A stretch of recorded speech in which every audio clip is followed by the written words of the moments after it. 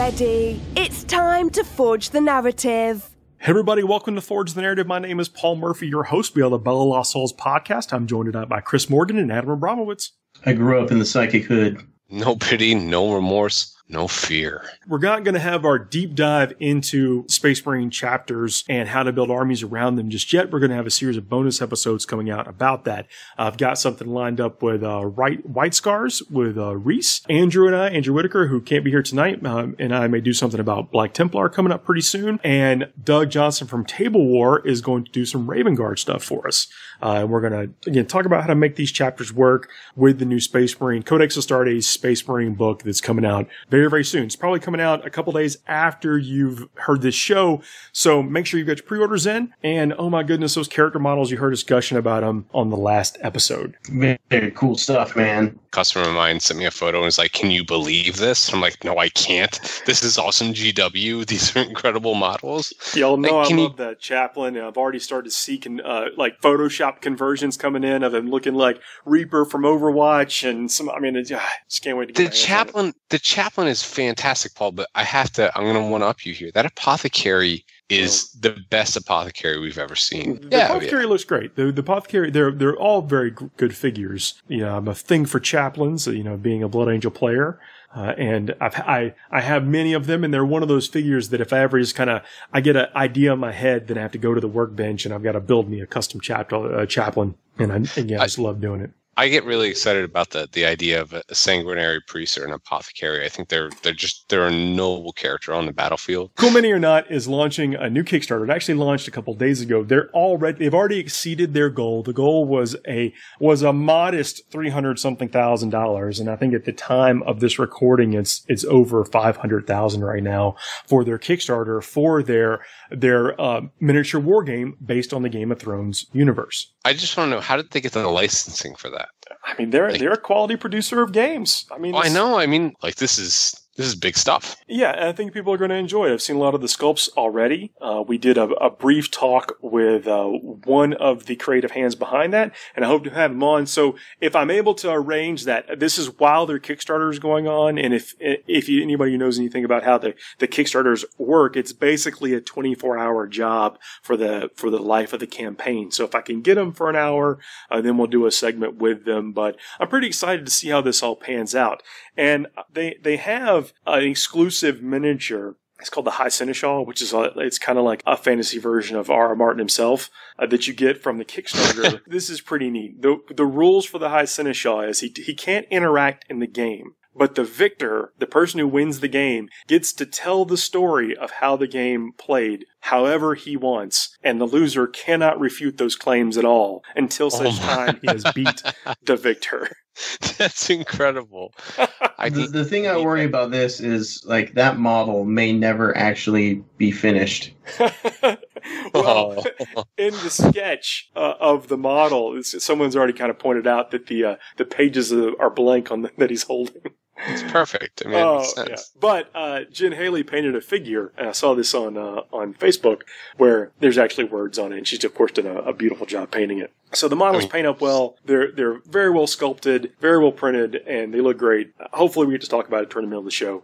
But I just wanted to mention that because, I mean, these are such wonderful books. I mean, and a great TV show, watching it now. Not now, but not while we're recording, but you know what I mean. Real cool to see them just knocking another game out of the park. Yeah, I mean, they've really built a reputation, and it's good to see a company that can deliver more on the Kickstarter side of things. Out of a lot of the Kickstarter sort of campaigns and things that I hear gamers complain about, CMON, come on, doesn't factor into those conversations very often. Cool Mini or Not was a big sponsor of Warzone, our inaugural year. Hope to see him again this coming up year. They had demos going on Friday night of the last Warzone Atlanta. Tickets for that will be going on sale very soon. If you were a veteran, if you were a previous attendee, you should have received an email already stating that tickets are going to go on sale really soon. I mean, there's not much more information than that, but there will be a pre-sale period to previous attendees, and and they'll go up for the general public.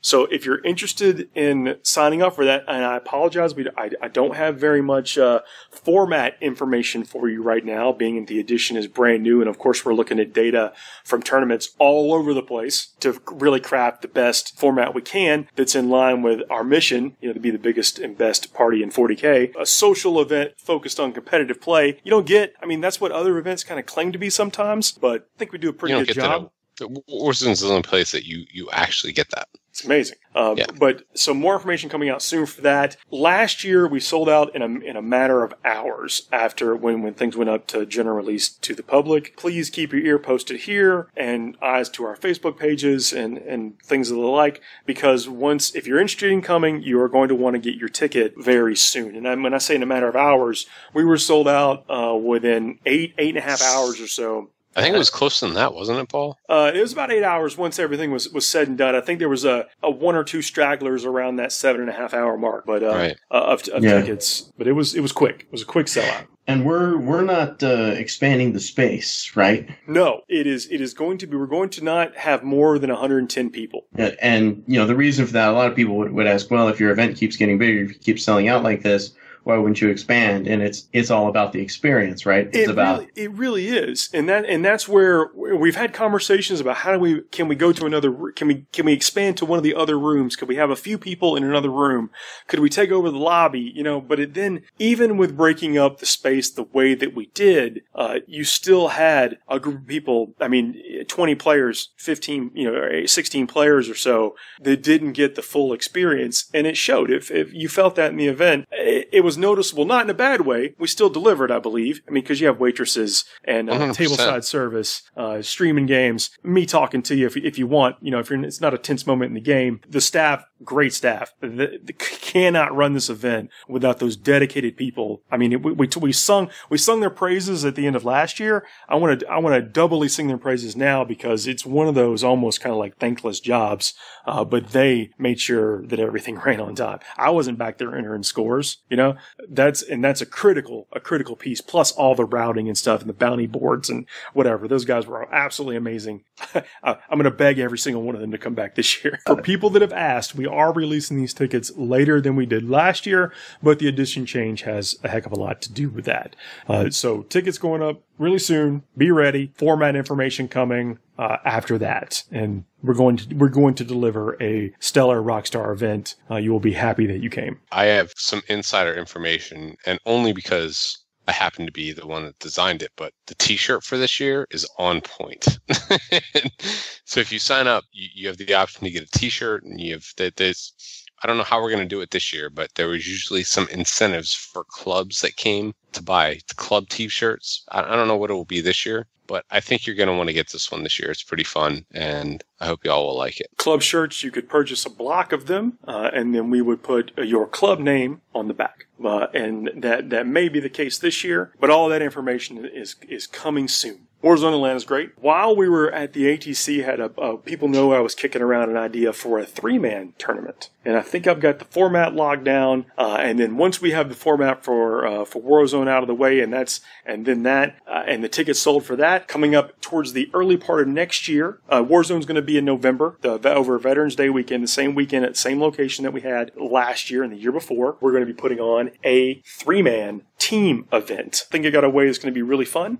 Can't wait. Yeah, you were talking to me about that, Paul, and I think that people really want to keep an ear out for more updates on this, because I was very intrigued by the way that the format is done. I love the additional depth that team tournaments bring to the strategy. So keep your ears peeled. I know we're talking about a lot of process stuff, but it's one of those things to where by that time we should soon have the ITC hobby track in place. As I understand it, you will also be able to get access to that and even see pictures of the armies that have placed highly at these events in the BCP app. And I'd like to have the hobby element of things start to become a bigger factor in tournaments, and you'll get people that are out there competing just for that and not just for wins. Yeah, I mean, there's a lot of ways to do organized play. And this is not 40k Sesame Street, but that kind of rhymed. It's always great to find a good reason to bring large groups of gamers together. Nobody gets into 40k to play alone. Yeah. 8th edition, we can already see the enthusiasm for the edition is incredibly high. But, based on all the things that we've seen, all the attendance at tournaments is up. And that's going to translate into great hobby too. And, we're a match play focused podcast. So even competing for painting is something we can discuss. And that's what the finishing move segment's all about. Also, I would like to say that we are a match play focused podcast. We go for the overall. It's not all about battle points for us. We want to do it all. We want to be best sports. We're going to buy you beers. We're going to punch you in the belly when you blow something up if it was really important, and give hugs afterwards. And at the same time, we're going to bring really well painted armies to the table. Yeah, do our absolute best, but also promote and attend events to do the same thing. There's a lot of, I know we just talked about one definite event coming up here in November, Warzone Atlanta, and then an event in the future, but there are tons of great events out there right now. We're just talking about the Las Vegas Open and the BAO that's happening this weekend, and there's attend events. You will not regret it. All right, let's get into the Space Marine talk. I feel like I just talked for about 10 minutes of pitching cool things, but they're cool things that people need to know about. But we got a lot of Space Marine stuff to talk about. I thought we were going to talk about Age of Sigmar tonight. I could do that too. We're actually due. I'm bailing. I'm out. We have done 2 Age of Sigmar shows as far as the narrative, and we're due another one. We said we're going to do those every 6 to 8 weeks or so, and we are absolutely due. Well, you should do one soon because the new General's Handbook is coming out. So, Paul, get on that. The Space Marines, though, that is coming out this weekend, and there's some, we talked a lot about the stratagems and the chapter tactics and relics on the last episode. And we're going to be doing some special episodes or special segments just on building army list for certain chapters because, not all chapters are created equal here. I think that some tactics are clearly more aggressive or, battle focused, maybe, I guess, winning focused. than battle focused. I was going to say, don't bring that Eldar crap into this. Right.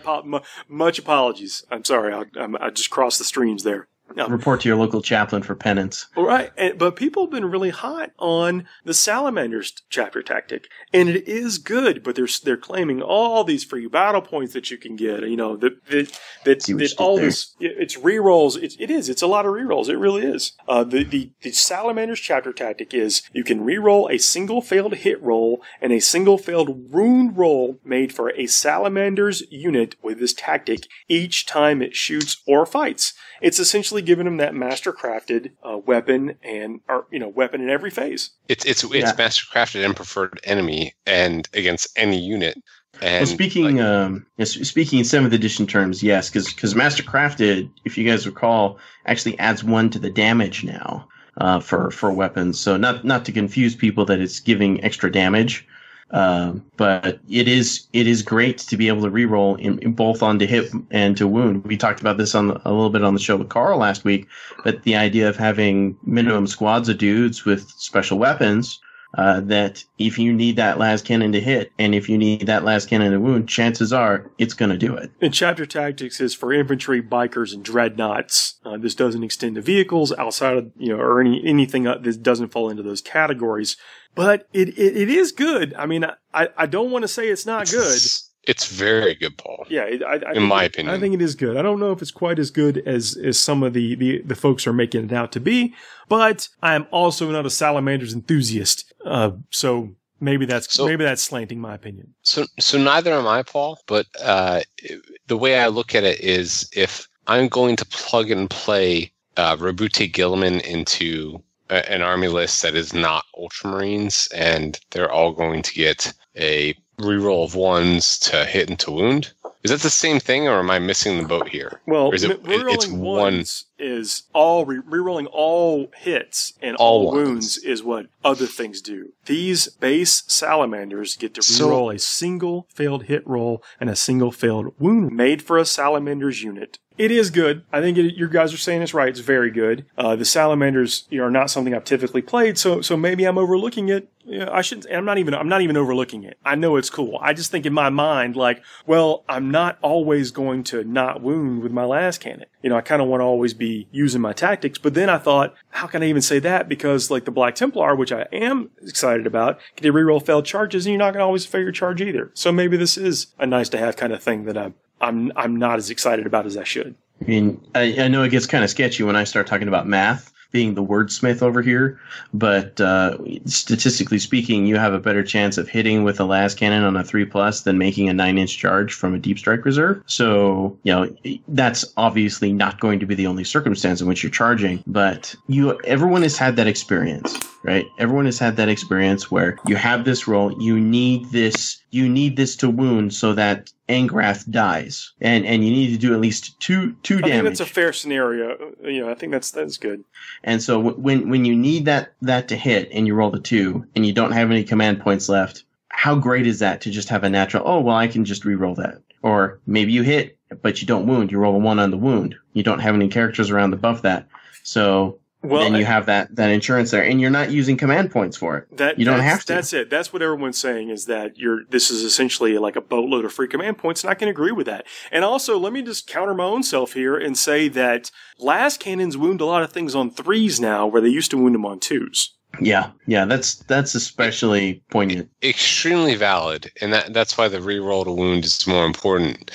But they are doing -4 to your AP and D6 damage, which is huge. -3 with the las cannon. Yeah, it's the multi-mult is the -4. Yeah, and dark lances are -4. Oh yeah, those probably lance weapons too. Yeah, oof, they hurt. Yeah, neg 3 is still pretty good though. I mean, don't get me wrong, but now -3 is great. You're wounding a lot of stuff where if you're shooting at T6 or T7, it used to be 2s, and now it's 3s. Even if it's T5, you're still wounded on 3s, which is it's a big change, and that was a lot to get used to. Trying to fire at Tyranids. I think what's most important with the salamanders, it affects every unit. Every infantry, biker, or dreadnought. It's pretty powerful. It's good. You do a Las Dread or twin Las Dread. Yeah, we will see more salamanders on the field for sure than we have recently, and they used to be everywhere. Salamanders were very popular for a while. They had incredibly favorable rules, and this might be enough to bring them back. And salamanders also have a good reputation as kind of Boy Scout good guys, self-sacrificial noble warriors, which I can totally dig. They have a great color. So I mean, I love the paint. Yeah, the green looks really well with the orange flame. Totally digging on that all the time. And I'm personally in love with the Vulcan Primarch model and the Pyroclasts from Forge World. Oh my gosh, those guys are good. If you find yourself new to the Salamander game, make sure you check out Nick Kime's books. For someone, I mentioned that I wasn't hot on Salamanders. You see what I did there, Chris? Oh, that's like the 3rd time you've done that, but I appreciate you all the same. But those books made me care about salamanders, where I wasn't. I was just like reading them because they were part of the series. After the first one, I was hooked. And again, they're amazing books, so check them out in the Horus Heresy section if you are new to salamanders and have not already read those books. I totally second that motion. So yeah, salamanders, so far as like my favorite, I won't say they're my favorite chapter tactics, but I do like them quite a bit, and I can see some very effective builds with them. What are some of the other ones, Paul, that you wanted to go over just in specific? I think we covered pretty much at least the broad scope of the chapter tactics on the last one, but I don't think we gave enough attention to the Salamanders one, so I wanted to bring it up again. Sounds good. Because we can do great coverage on 4 of them, but if the 5th one, if we don't talk about it well enough, we'll hear about it. Well, you're right. We love you guys. And that's why we're going to have anything other than Ultramarines. The first guy I hit up, I'm like, hey man, let's do a special episode on a chapter tactic. Which one would you like? He said, Ultramarines. I said, Ultramarines are easy mode. You got to pick another one. But seriously, how cool is it that I can refer to Ultramarines as easy mode? Well, since you brought it up. I want to know, what was his second guess? Raven Guard is doing great. Yeah, I mean, Ultramarines are extremely good right now. I saw that for myself. Thomas Oki from Utah over here, he was the best Space Marine player for the ITC last year. Excellent 40k player. Love rolling dice with him. Love seeing him at events. He took the Salt Lake Gaming Con GT that I ran. He took first place with Gilliman, Terminus Ultra, and a bunch of Razorbacks with Devastator squads inside. So, I mean, with Gilliman, re-rolling to hit and re-rolling to wound all the time, there's almost no question that you want to be able to run these guys. Yeah, and they have great tactics too, which we talked about. So let's talk a little bit about what you can't do anymore. And I know we don't focus a lot on the negatives, but I think there's a big change in between the indexes and the codex that's coming out. And I don't think they've come out and said, maybe they even shouldn't say until the book is actually released, that this codex supersedes any and all things in the index, which this is just me speaking, no knowledge whatsoever, but I believe that it should. But there are some things that are in here that are in that index. In the index, clearly a Band-Aid, when the edition dropped, they wanted people to play with their miniatures, with everything you've got, and I think that's awesome. I certainly took advantage of it, playing with everything. I even built some cool new units, or fleshed out some units with some new options, because they've been sitting on the shelf for 2 years, 3 years, or whatever, and I wanted to play with them. My option. It's cool that we had the option, didn't have to sit around twiddling our thumbs until our codexes got released. But things like the Land Raider Terminus, that Ultramarines Land Raider with like the 9,000 las cannons, it's not in the codex. Maybe Land Raider Terminated? Yeah. Land Raiders could possibly released in a White Dwarf article. Or, Index Astartes, or Chapter what is that? Approved is coming up, Chapter Approved, which we know nothing about, other than it's a vehicle for them to introduce things. But, as soon as I saw it wasn't in here, I kind of thought, I bet that's something that could come out in a White Dwarf. They're constantly releasing supplemental material, not supplements, but supplemental material in that magazine now. That is a possibility. I am almost more inclined to think, though, that it is purposefully taken out. And I genuinely wonder if that's going to be something that, as tournament organizers and people who have to deal with short-term FAQs while we wait for GW to do theirs, and that's not a dig on GW, because as anybody who's been paying half an ounce of attention can see, they're really staying on top of stuff. But if you got an event on Saturday and their FAQ isn't coming out till the Saturday after, you got to make a decision, right? Yeah. So do we allow those sorts of things? If it's not in the new book, can you still take it? It's a difficult question. It's a difficult spot for a tournament organizer to be in. And were you to ask me, were I running an event, maybe not the weekend that the Space Marine Codex is released, but if I was running it the next weekend, and I was using that book, which I would say that you couldn't take it. You just kind of got to go with what the reality is. And it's not like there wasn't an opportunity to put it in the Codex. I know that the idea is to obviously line up the Codex entries with the models they have available to be sold. And there's absolutely nothing wrong with that. Why would you? It's not even. I shouldn't say fair. It's not a position that you should actively seek to put your customers in, and to telling them there's rules for something that they could use, but you can't. You're not providing it to them. And that was a kit bash to begin with. So, whatever. But I think the White Dwarf is a perfect vehicle for something like that. But we're speaking specifically about the Land Raider Terminus. Let's talk about the Rifleman Dreads. Now, this is something. Okay. Because in the index, you could take dreadnoughts with 2 twin-linked autocannons, one on both arms. In the Space Marine Codex, you cannot do that. This is where a player like myself relies on the feedback of players that are smarter than I am for their interpretation. My interpretation says that they're just not allowed. Well, right. It's not an option to take in the new Codex. The same name is obviously the Dreadnought's there, but in the Forge World Index, there's hope. That's where I'm saying this is one of those things where it's the entry has changed from the Index to the Codex, and that's completely fine. They don't sell a kit that has 2 autocannons on it. It just doesn't happen. And that's why we need you to break it down. Like, what is the difference between the Index and the Codex? There are a few. There's too many like little small things to go over them. It sounds really boring if we just write off the differences. But in the Imperial Armor Index for the Space Marines, the Mortis Dread is still there. The Mortis Dread is what the original double twin-linked autocannon, the original Rifleman Dreadnought was, the Mortis Dreadnought. I remember taking one with 2 twin-linked las cannon arms to a team tournament. The points just fit in exactly right. And the Dark Angels, it used to be a Dark Angel thing. Then it became, I'm talking about over the years. This is something that's been evolved over years until eventually worked its way into the Grey Knights. And then was it even in the last Space Marine Codex? It sounds like it probably was. But somebody correct. The Twinling Dreadnought, or the Twinling Autocannon Dreadnought, is incredibly powerful and very viable, especially when you paired it with things like Guilliman, or even the chapter tactics we were just talking about. What I'm pointing out, though, is that there are slight variations between some of the units in the Index and the Codex, and I believe that we're going to be in a situation to where the Codex will absolutely trump any of the Indexes. Now, where does that put Index entries like Space Wolves and Blood Angels and Dark Angels that rely on specifically page-numbered entries in the Index for their entries? And this is why I think that in general, trying to rely on cross-book items is just a bad idea in general.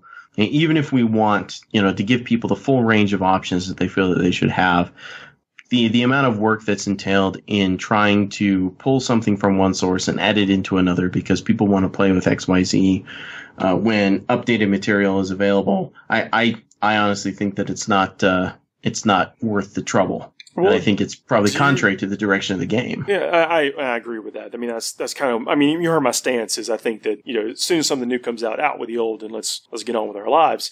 But what do you think the answer is? Being a Blood Angel player, what do you think the answer is? Are you going to try to make a case, and I'm speaking hypothetical and I'm not even labeling you specifically, are you going to try to make a case that you want to rely on the Index entries, or are you going to be forced to go with the Codex? Well, looking at the Warhammer community article, it's called The Other Angels of Death. Their reasoning is use the new stuff or the old stuff. And that is a little bit of a step backward just because I feel like it needs to be use the most recently published stuff. I feel like it needs to be that. So when it comes to Blood Angels that are using stuff from the Space Marines book, and in many cases, I don't know why you would want to not use the newest stuff. Like, for example, the Inceptors, I believe, are cheaper in the Space Marine Codex by a good number of points. I think a Centurion Assault Squad, which Blood Angels don't get, but they're also a little cheaper, if I believe. Right. So those sorts of things, and there's 100 little tiny efficiencies or inefficiencies that we could go over and drive people nuts with.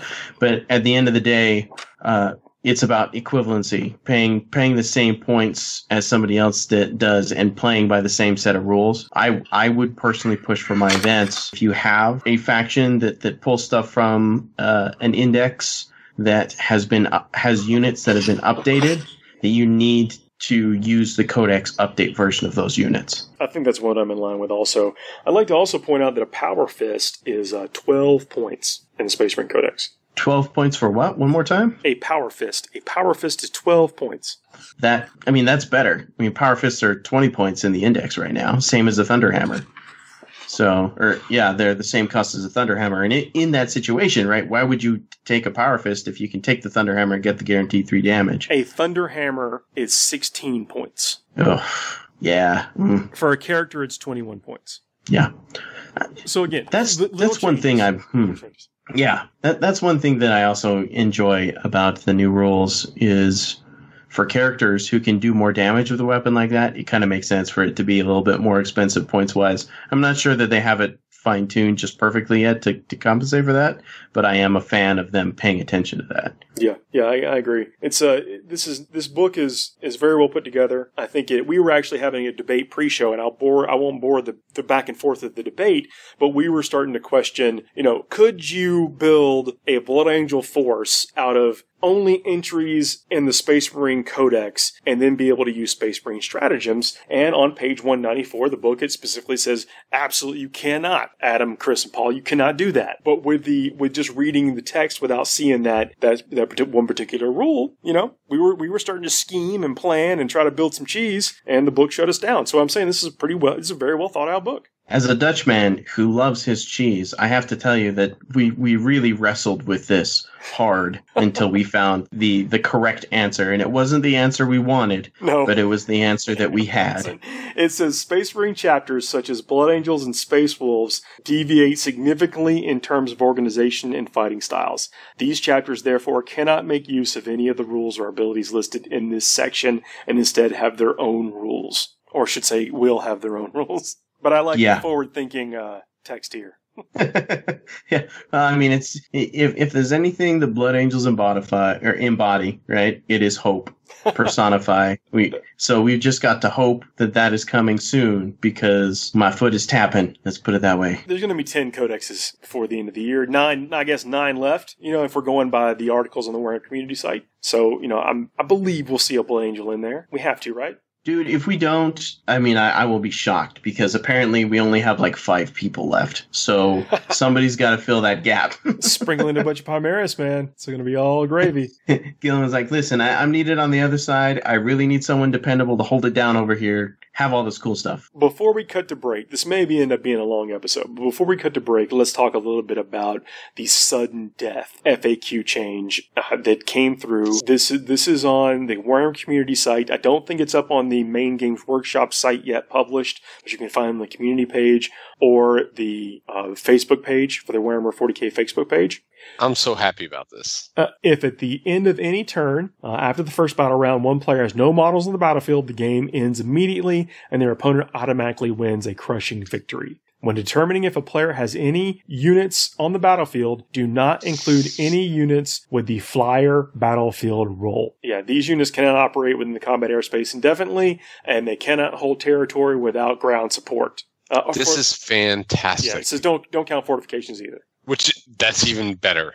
The most abusive lists that I saw at ATC, and I know that is a microcosm for abuse, were the lists that had, whatever the fortification was, and they shoved a bunch of people inside. I have 1 drop. I'm going first.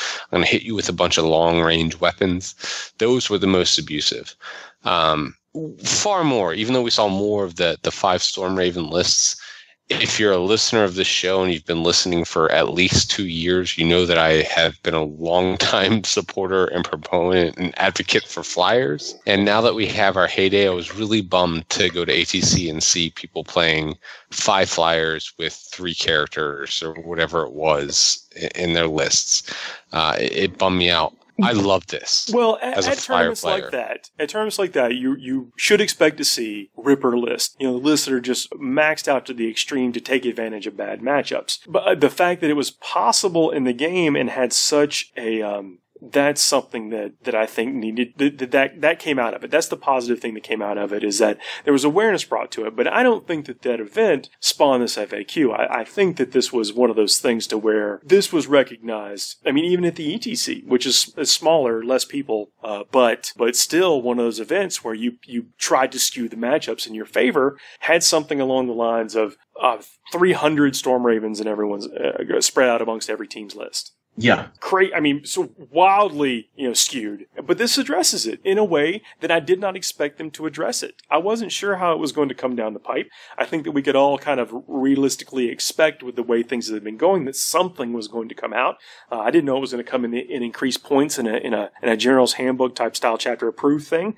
This is an approach, again, I didn't expect. I'm super happy with it. It's bold. Well, I definitely want to point out, just with this FAQ and several of the other things that are in it, like adjustments to point values, for example, the Razor Wing flocks doubling in points costs. Those are little tweaks that we would expect from, like, say you're playing a Blizzard game. Blizzard's an easy one because every Tuesday, it's patch day. It's update day, and that's when the tweaks get made and published, and you can depend on them to stay on top of stuff after analyzing the data.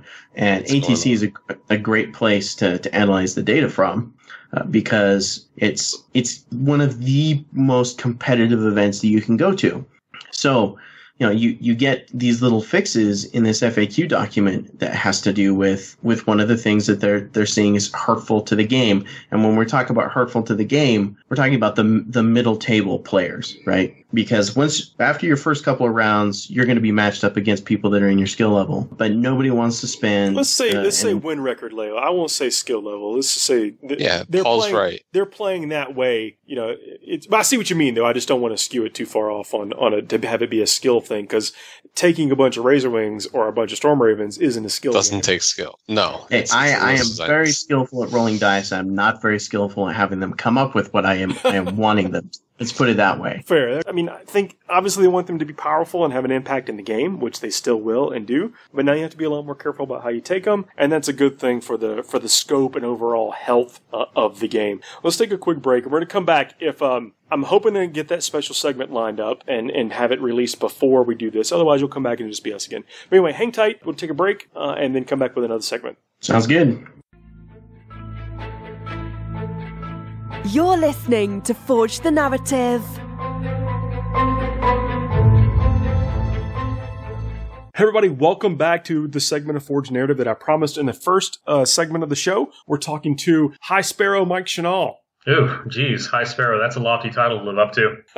I wasn't sure how you were going to feel about that. I was just throwing it in there when it came to me. I'm not sure how I feel about that either, Paul, but anyway, it's good to be back and chatting with you. Well, Michael, thank you for coming back on the show. We we talked earlier in the year, and you had mentioned this to us, that it was going to be, at least the idea of it was going to be debuted, I think, at Gamma. Is that right? That's right. We talked about that project that I couldn't talk about. Yep. Right. Yeah. No, there was no details. I'll just say that. But it came to be the Song of Ice and Fire miniature war game that is up and live on Kickstarter right now. Yep. That has been the big focal point project been working on that one a long time. And, as we can tell back in the early of the year when I was chatting with you, but just one of those things couldn't talk about. But now that we're all live and everything, definitely can do that. Well, you're live and off with a bullet, man. I mean, thanks for coming on the show. I know that when a Kickstarter is live, it's basically a full-time job. So taking any time out to speak to anyone, I know is a struggle, and possibly, maybe not exactly what you want to be doing right now, but I appreciate you coming on. Oh, absolutely multitasking right now, monitoring the Kickstarter and getting some things ready while chatting with you. There's 18 days to go at the time of this recording. I think when people hear this, it might be 16 days to go. But it's currently sitting at $709,000, almost $710,000 pledged in just a couple of days. Yep, and this is our third day of the campaign. Man, I mean, that's impressive. I mean, it shows how people feel about the property, the Song of Ice and Fire, because this is based off the books, not the show. I mean, I know there will be some characters that people know and love that overlap, but this is strongly based on the novels, correct? That is 100% correct. We have no affiliation with the show or any of that. This is 100% based off the books. That's kind of cool because the books, well, they may never be finished, so you can play your own ending the way you'd like. So actually, one of the neat things about the game that we have is that we have established that the setting takes place at the death of King Robert Baratheon, and everything past that event is basically free game. So if you guys want to, have your scenario where Ned Stark escaped from King's Landing and went and joined Robb in the north and launched a big war against the Lannisters, you can absolutely play that out. So this is almost going to be played like a big fan fiction generator where people can just play those scenarios, like those big what if scenarios that they wanted. I mean, that's pretty cool. I know that you guys have probably been brewing this up for quite some time, like we alluded to. But what's the creation process been? I know that there was a mandate, even if it was just a personal one, to stick really close to the source material. But can you explain a little bit about how that worked its way into the game? So we partnered up with Dark Sword Miniatures, about 2 years or so ago, somewhere around in there. I'm not sure the exact time frame, come to think of it. It's been that long to bring this to fruition. So Dark Sword, who is owned by Jim Ludwig, fantastic guy and huge fan of the series. He was making miniatures off the line for years and years and years. And so we approached him to make a game, and that's kind of how everything started. So moving from there, this is not our first tabletop miniature game. We had Dark Age and Wrath of Kings before this, so we had some background in it. And basically we took, core concepts that we liked from that and incorporated into this new style of game. Now we had some, criteria that we had to work with from George and that end. George is actually a huge miniature game miniature collector. We actually put some pictures up on our Facebook of him going over the stuff. But anyone who, I guess, kind of a little Easter egg, but he has display case on display case, so just miniature after miniature after miniature. He's a huge aficionado there and gamer. So very excited there. I mean, that's really awesome to hear. When you've got someone that, he's probably wanted something like this for a long time, probably since well before he even penned the first page. Well, who's to say on that? I can't speak for that, but I know that he's been a huge fan of the Dark Sword line. And, we wanted to just continue to do justice there where we could. Man, that's great. So people can find a lot of pictures of the miniatures. I mean, I know that they're either 3D sculpts or just some representations of some of the ones coming down the future, but you have actual well-painted figures up on display on the Kickstarter right now. That's correct. In our latest updates, and then also on the main page, those are painted resins, so they're not the final production plastics, but that's going to give you a good idea of what you're going to receive. And those were painted by our team over Big Child Creative. They're the ones that did a lot of the sculpting, not all of it, but a lot of the sculpting and the painting for the miniatures. And I mean, again, they look amazing. I mean, and looking at the Mountain, he's every bit as you might assume just hearing the name. The guy's name is the Mountain. Just how large he is compared to some of the other figures, but yet still very much in the same vein and line as the rest of the figures. Yeah, that is, he's actually one of my favorite ones as well. And one of the nice things about working with the IP and everything is that every model that we make, from the concept art to final art to the miniatures, are approved by George Martin and his team and whatnot to make sure that they are in line and fit with their vision of how things appear in the books. Man, that's so really cool. When you see the Mountain there, in the books, he is described as being over 8 feet tall. So we wanted to make sure that guy's absolutely massive. I mean, he is big enough where he wields a two-handed sword in one hand with a shield. So it was very important to get the looks of the characters right. And there were several times where we had to go back and make even small little minor changes on the request of George Martin and associates there to make sure that we properly represented what they wanted to see. That's part of that process, and it was great because we're bringing this world to life. And that was one of the most important goals that we had starting off, and making sure that we are taking someone's vision, a world that they created, and making sure that we do justice by them to make it what they want. Even all the way down to what I consider probably the rank and file troops. I mean, they're really nice looking. They have dynamic poses. I mean, these aren't multi-part kits. These are static plastic miniatures, correct?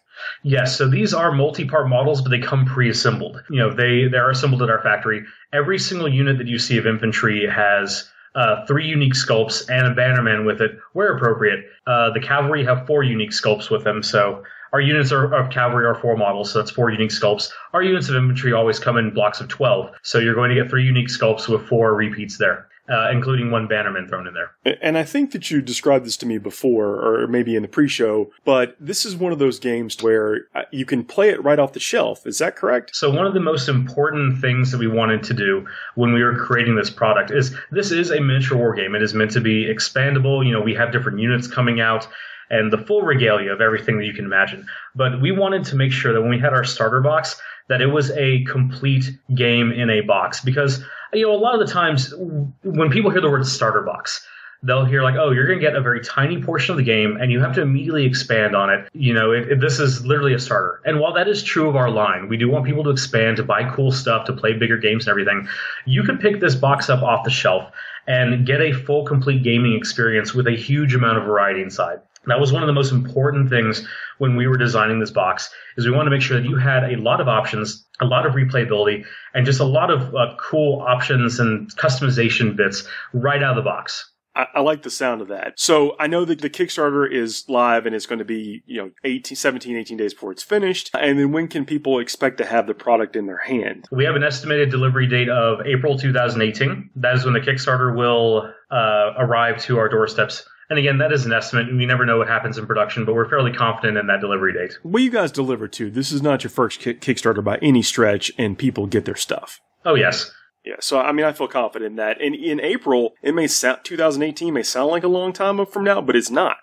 Oh, we could fill an entire week's worth of your show just talking about the delivery process and how production works and all that, but that's a topic for another day and everything. There are just so many variables that go into it on the back end that people will never see. There is a demo video up on the Kickstarter right now, and I know it's easier to look at some of this stuff, and believe me, you want to look at some of this stuff, so that's why I keep referencing the campaign that's going currently, but I also want to talk about it. So tell me a little bit about how the game plays. Well, the first thing I can say is, again, we do have that demo video up on our Kickstarter, and I want to give a shout out there to Rodney Smith of Watch It Played fame. He's the one that put that video together, but he's just an absolute fantastic guy and is probably the best person you can see online to learn a game from. And he's just an absolutely charming individual as well.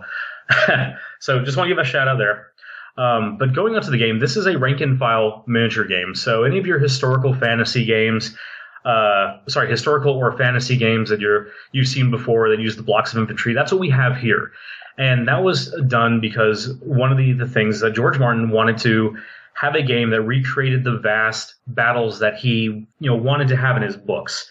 So, we initially went back and forth on things like, okay, we're going to make this a skirmish game, just, playing the major characters. But that didn't really make a lot of sense because, you're going to have Cersei and Tyrion, they're not going to go and just duke it out with Ned Stark and the Mountain and all that. So that just all of that combining together, we felt like the rank and file option was the best way to go with the game. Also, banners. George Martin is a big fan of heraldry and banners, and having a lot of them in the game was something that was, just kind of one of those cool things we get to have. But anyway, so again, it's a rank and file miniature game.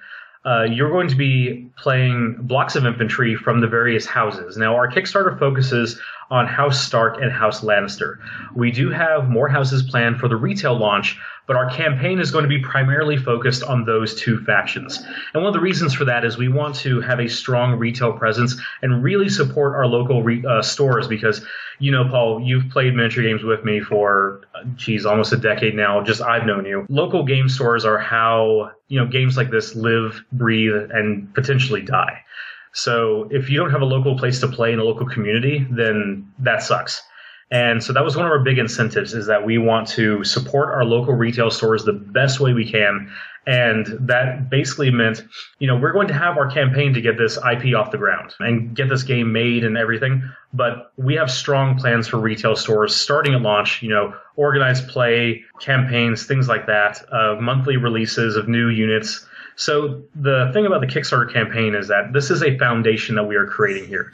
You're not going to get everything that we have in this campaign because that would completely alienate our retail stores. And we want to make sure that those guys are taken care of. And so this is, again, a foundation we're building to help create a multi-year community here. We want to build a community here from the proper way from the ground up and then have this game going for years and years to come. Man, that's pretty cool. And just that approach is, I think, very forward-thinking, and that's going to be great for the stores, and also knowing the community right now that if they're interested in buying this game, that it's going to be supported for many years to come. Oh, yes, absolutely. Again, we have plans upon plans upon plans, which I don't like giving spoilers away, so I'm going to avoid that. But I will say that, again, this is Stark and Lannister, but we have at least 2 more factions planned that will be hitting retail very, very soon after the initial launch of the game. You're going to have a big variety of stuff just right off the bat. But going into some specifics about it as well, talking about variety. So in the game, we have the Starks and the Lannisters. One of the mechanics of the game is that when you play your army, you're going to choose an army commander. And that guy is going to be one of those big-time heroes, Ned Stark, Robb Stark, the Mountain, Jaime Lannister. Those guys are actually going to manipulate and change your army's overall tactics. And the way that works is that we have a tactics deck for each faction. It's a small deck of cards that basically represents, the general tactics and strategies that faction employs. Well, based on your commander, they're going to add additional cards to your tactics deck. They're actually going to make up about a third of it with their own unique cards. So that alone is going to change the play style of the game. So you could be playing the exact same army as your opponent down to the same units. But if you guys have a different commander, your armies are going to function very differently. Like, for example, if we're both playing Lannisters, and let's just take the starter box contents, which are going to give you 2 units of Lannister guards, a unit of Lannister halberdiers, and units of Mountainsmen. I know I'm not going to go into detail about each of those units and what they do, but the point being is that let's say you're both playing the exact same units on each side, but one person is playing Jaime Lannister and one person is playing the Mountain. Jaime Lannister's army is going to be more focused on counterattacks and punishing your opponent for failure and basically doing all these kind of counter blows representative of Jaime's tactics in battle. If you're playing the Mountain, he's all about just going and killing stuff. So his army is going to be way more aggressive. They're going to hit a lot harder when they're doing charge attacks. They're going to just punch through enemy defenses. So despite the fact you're playing the same units on both sides, the way they function in your overall strategy and tactics is going to be that much different, solely based on the commander. And that's only one option in the game that you have to customize your stuff out. There's a wealth of other ones, but that's probably the single most important one. You mentioned this is a rank and file, and I think that's appealing to a lot of folks that miss that. It's the game is there's a whole different set of tactics that you apply to a rank and file game. There's geometry, and anyway, it's a bunch. I won't bore you. I mean, you know what I'm talking about, and I won't bore the listeners with why it's so different than a move by move skirmish type game, even if on a large scale. But how does that factor into this game here? What if you can tell me, because like the cavalry, it all comes on a base of its own. It's like a 4-baser, right? Correct. Can you expand that to 8, 6? How does that work? And then it looks like the units have their own, kind of set numbers. Is that how you purchase the units themselves? Can you expand a unit you like, or do you buy multiple units? I mean, talking about for just making your force composition. Give me some insight on that if you don't mind. So force composition, every unit has a stat card with it that's going to show every single one of its game stats are on the card. You're never going to have to reference anything else. So everything you need to know about a unit is going to be on that one side of the card. On the back side of that card is going to be any army construction rules, which is usually just going to be a point value. It's a points-based game, so you're buying whatever you want, and then of the points allotment that you have. Cavalry are going to be a little bit more expensive usually than infantry. Elite infantry are going to be more expensive, so that's how that breaks down. But when you buy a unit, you're buying a tray of those. So for cavalry, it's going to be 4, and for infantry, it's going to be 12. Some units have the ability called banding, which allows you to take multiples of those units, specifically 2, and put them into one large super unit, like a unit of 24 guys for infantry, or even in the case of cavalry of banding, it would be 8 guys total, 2 ranks of 4 each. So that's how the game functions in that regard. A lot of the concepts that you see here are going to date back to a lot of your, I guess I'm going to say historical games and whatnot. We didn't, we wanted to put our own twist on things, but the genre has some established things that's just how they function. And we didn't really want to, to alienate the people that like that type of thing. We wanted to just basically refine it and then put our own unique twist on it. When you buy units, you're buying full units. That's their associated stats. Sometimes they've got the ability to join with units of the same type to make slightly larger ones. But by and by, you're spending your points to just buy units. Can characters hop in units? Can characters hop in units and lead from that way and join? How does the character interaction work? Right. So that is the next part of customization. So when you purchase your unit, you can then purchase a unit attachment for that unit. And that's going to range anywhere from just generic like captains and leaders and things like that to your actual big name heroes. And when you buy those attachments, you'll basically equip them into the unit, and they will give it additional power or change how it plays. They kind of function as unit equipment. And that was another important aspect for the game, is that, this isn't any type of like hero hammer. This is not the type of game where Ned Stark is just going to carve a bloody swath through 20 men on his own. Leaders and commanders in this game are important because of how well they lead and command. So with rare exception, like for example the Mountain, they're not going to enhance the raw combat or killing potential of the unit. They're just going to give them some additional tactics and special abilities that they can use. For example, like Robb Stark, a lot of his focus as a character is his maneuverability and his speed. So if you take Robb Stark and you equip him into a unit, they gain this hit and run ability where they can disengage from combat for free, which is really powerful, but that's just an example there. In addition to all this, for the named characters, we actually have multiple versions of the same character, representing them at different points in the storyline. So, for example, we have Jaime Lannister, the Kingslayer. We have Jaime Lannister, the Young Lion. We have Jaime Lannister, Kingsguard. Each of these is a different attachment that has different rules. So the Kingslayer is an army commander. That's him leading your forces and giving tactics cards like I mentioned before. But you can take him as the Young Lion, which is going to be just a straight attachment version. So he's going to cost a fewer amount of points. You just stick him into a unit and they gain a different ability just because he's has basically been assigned off to the side to lead these guys. I like that. And I also like the fact that they are not these necessarily juggernauts on their own. I assume that these characters have abilities that can turn the tide of battle and certainly will be fun to use. But the fact that they are not like juggernauts independent of, armies onto themselves, I think is kind of realistic and is going to give a gritty feel. If I can throw you all the way back, heck, this is ages ago. There was a Middle-earth computer game that I played where I would get so disappointed when Gandalf would get beat down and killed by like orcs.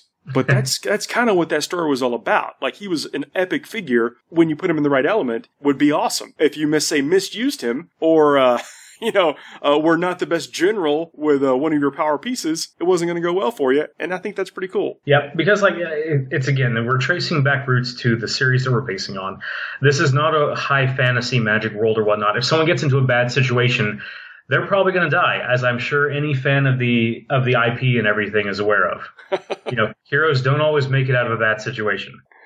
Very true. So if I can talk a little bit more to the campaign here, you've actually got terrain. So you are, when I say about long-term support of this game, you're making this a full-on gaming experience contained within everything that you're making here.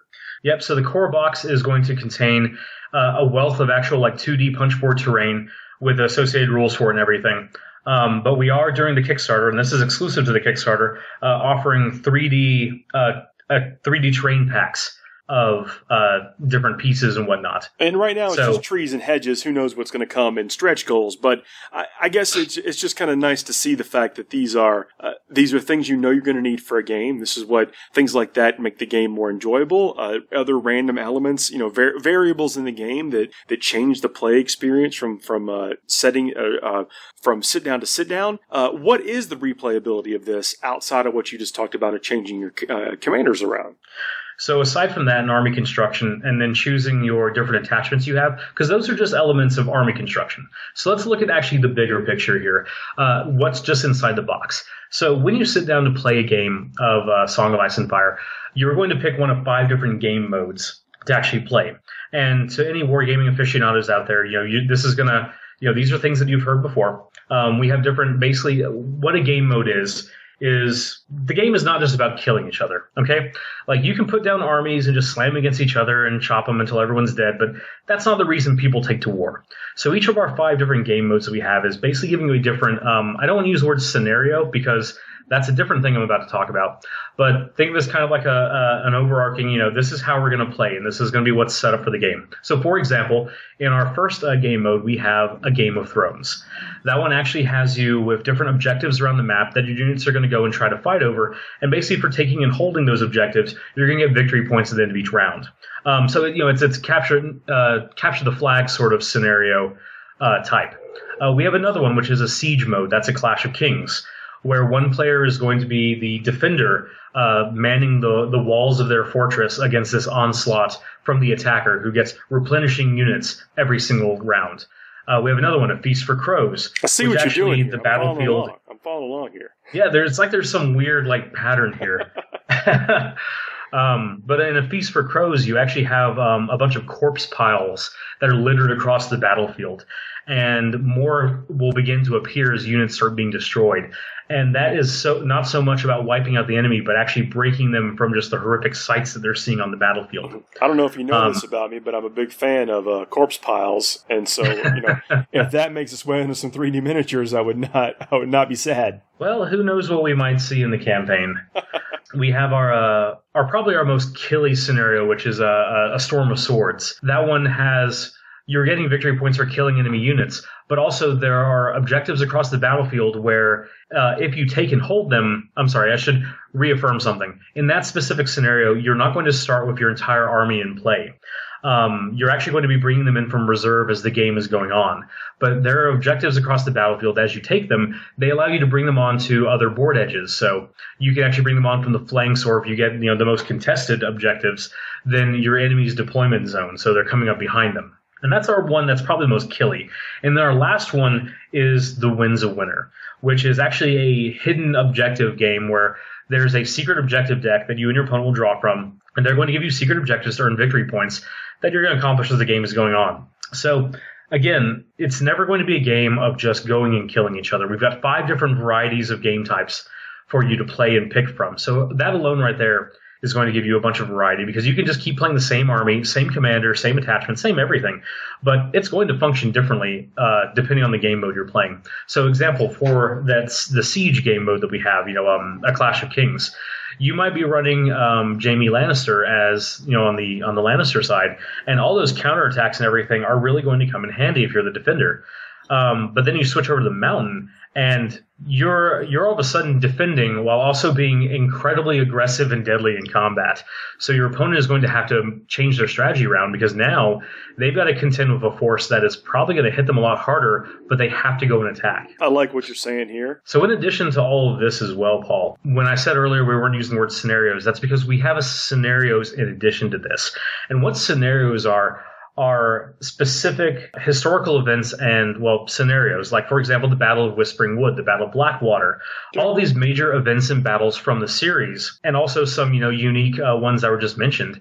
But what these are modifications to the existing game modes. So what they're going to do is they're going to say, hey, okay, we're playing the Battle of Whispering Woods. This is a Game of Thrones game mode with the following special rules. And what those will do is they'll give you additional tactics cards that you'll put in your tactics deck. They might give players additional options, free units, special powers. It's a full gambit of what they might do. So in addition to the game modes, we have those scenarios on top of things. And you're going to see a lot more of those as time goes on because they're a good organized play item. They're a good retail item. So again, we've got lots of plans for supporting the different elements and aspects of community and gameplay for, the long run. With how you pick your commander, can you do things like change sides? Could Jamie end up working for Rob at some point? So when you make an army, you're going to pick a faction, and you're going to be limited to picking units in that faction or mercenary forces. So, for example, on our Kickstarter, we've already released every Kickstarter backer has already unlocked Roose Bolton as a mercenary commander. And we have actually are about to unlock. Did they get a choice in that? Sorry? Did they get a choice in that? Nope, they have to get I'm kidding. And then we have a unit that's about to be unlocked, actually. Ramsay Snow's group of trained hunting dogs that you can actually get. But the thing is, as not to say that later in the line, or, sooner rather than later, who knows when, characters in the series switch factions a lot. Not to get into any spoilers there or whatnot, but basically our creed is if it happens in the books, it can happen in the game. Okay. So, if an event happened where character A switched sides and joined with faction B or whatnot throughout the series, you might see them as a commander later on, down the line in a different faction with a different version and everything. That makes perfect sense. I was just curious, asking in that fanfic type vein what the limits were, but it makes perfect sense to have a faction and pick within factions. I mean, that's how you get, solid rivalries at the game stores. Yep, and it also goes well to identify give a faction its identity. One of the things about the IP is, at the end of the day, Westeros is a very low magic setting. So you don't have your traditional fantasy races. You don't have orcs, elves, goblins, demons, and all that. You have a bunch of medieval guys who are fighting a bunch of medieval guys. And that was actually one of the important things that we did when we started this project is we have to acknowledge the fact that the world is all humans, with some minor exceptions.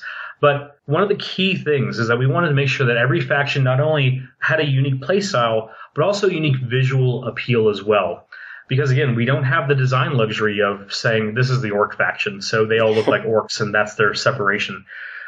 So while we were working with, George and them to make sure that everything looked as he would like it, we also were in the design space of having to make sure that each faction had its own identity. So when you look at the Lannisters, you're going to see kind of this, very regimental, very legionary look of guys in matching armors that, basically if you saw them marching, in a big shield wall formation, it's going to be this big intimidating presence. Meanwhile, if you look at the Stark side, they're a little more, not ramshackle, but you have all these different banner houses that have come to them. The Umbers, the Tullys, the House Stark proper, that all have these unique looks to them. They're going to look a lot more kind of ragtag on the battlefield. Like the Umber Berserkers are going to look different than the Stark Sworn Swords marching alongside them. So those are just the examples there of, creating a unique visual appeal to each of the armies to make sure that, again, they not only played differently, but that they actually had a good thematic look about them that still matched in with the IP setting. That's neat. I don't think thought about that as in reference to this game before, but you're right. You don't have the outs of using some common fantasy tropes of an elf or a kobold or whatever. For at least for the early stages of the game, it's humans on humans, and the differences with those. I mean, even for things like let's talk about Walking Dead or whatever. The humans are the real true villains and bad guys anyway. But depending on which side of the fence that you're on. But I hadn't considered that as the challenge for a game design like this before. Yep. I mean, that was funny to actually mention because you say that humans are the real monsters. And that is not necessarily untrue here as well. Right. I mean, absolutely. Are there some things that you can tell me that are coming down the pipe as far as like stretch goals? Because we're going to be there. And really, by the time people hear this, we're probably going to be, well, I mean, I'm hopeful for you, but it's probably going to be another 100,000.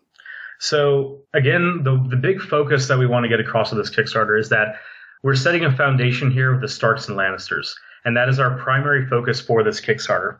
And so while I can't give anything specific away, I will say that those are our main focuses. And so the major players of those houses, it would not surprise me if you saw more of them crop up during the Kickstarter. In addition to that, we've already unlocked some mercenary forces in the form of the Boltons. The Boltons have a fairly major presence here as well, given their kind of shifting allegiances to both those houses. So, kind of getting those thoughts in your head there, that might be a good way of looking at it. Okay. Now, I will say as well that, everyone is always clamoring day one, oh, when are we going to see the others? When are we going to see dragons? Again, I want to get that out there. We're setting a foundation here. We don't want to give everything at once, but I will just continue to say, if it appears in the books, it can appear in the game. Talking back to the earlier part of our discussion is that you are in for the long haul. Cool Mini is in for the long haul of support of this game. This is not just a fire off the Kickstarter and then you never talk about it again. Is that right? I mean, that's the sense I'm getting. That's absolutely. I mean, we're in this for the long haul, again, for supporting our retail stores here, organized play, monthly releases, to really give people variety and whatnot. Now, something I want to specify on that as well is that one of the major things that I personally have always not been a fan of when it comes to miniature games is something I call faction bloat, and I'm sure you're familiar with this as well, Paul, where you just keep adding stuff to factions, just more and more and more and more, till eventually all the factions are just kind of a palette swap of the same thing. And that's always a very sad thing for me to see in games. And that's one of the biggest things we want to avoid here. So we want each faction to really feel unique. I mean, you shouldn't be able to go out and buy a Lannister army and start playing it and then switch over to Starks and feel like you're really getting the same game experience. You're just pushing. You need to feel like you're playing Starks. Humans, you're just pushing around humans in fur instead of humans in shiny armor. Exactly. Okay. I'm with you on that. I mean, this is exciting. I mean, you put out quality games and continuously deliver on Kickstarters. And I know that that's not a shock to people that have backed your projects before, but I want to continue to mention it because, backing a random project on Kickstarter has some risk. I'm not saying that they always come to fruition. I'm saying that a random project on Kickstarter has some risk that people should be concerned about. Cool Mini is not one of those companies that people should be concerned about getting their product. Yeah, well, it's good to hear you have our vote of confidence there, Paul. Well, I mean, it's the proof is in the pudding. How many games have you done that people are still enjoying and playing right now? Geez, you called me out on that because I was hoping to avoid saying the actual number because I believe this is our 25th Kickstarter, but I'm probably wrong about that, and I don't want to get yelled at. So somewhere around in there. Over 20 is how many we have successfully done on Kickstarter. And, of course, we have tons of games that are direct to retail as well. So, this is not our first rodeo here for anyone that is concerned about, oh, these are their first time showing here, what can they possibly do? It is, and I know that this particular property, the Song of Ice and Fire, is going to bring in some people that might not be familiar with you guys, that might bring in some people that have never felt the urge to back a Kickstarter before, and I want to let people know, I mean, I know that there are risks and challenges, and delivery dates are sometimes fluid, but you have a long-running trail of success when it comes to things like this through this avenue. Yep. I mean, we have run, again, over 20 campaigns, and they've all been delivered. Yeah. So is there anything else you can tell me about this? When's, I know maybe we can have you on again if you'd like after more stretch goals are revealed.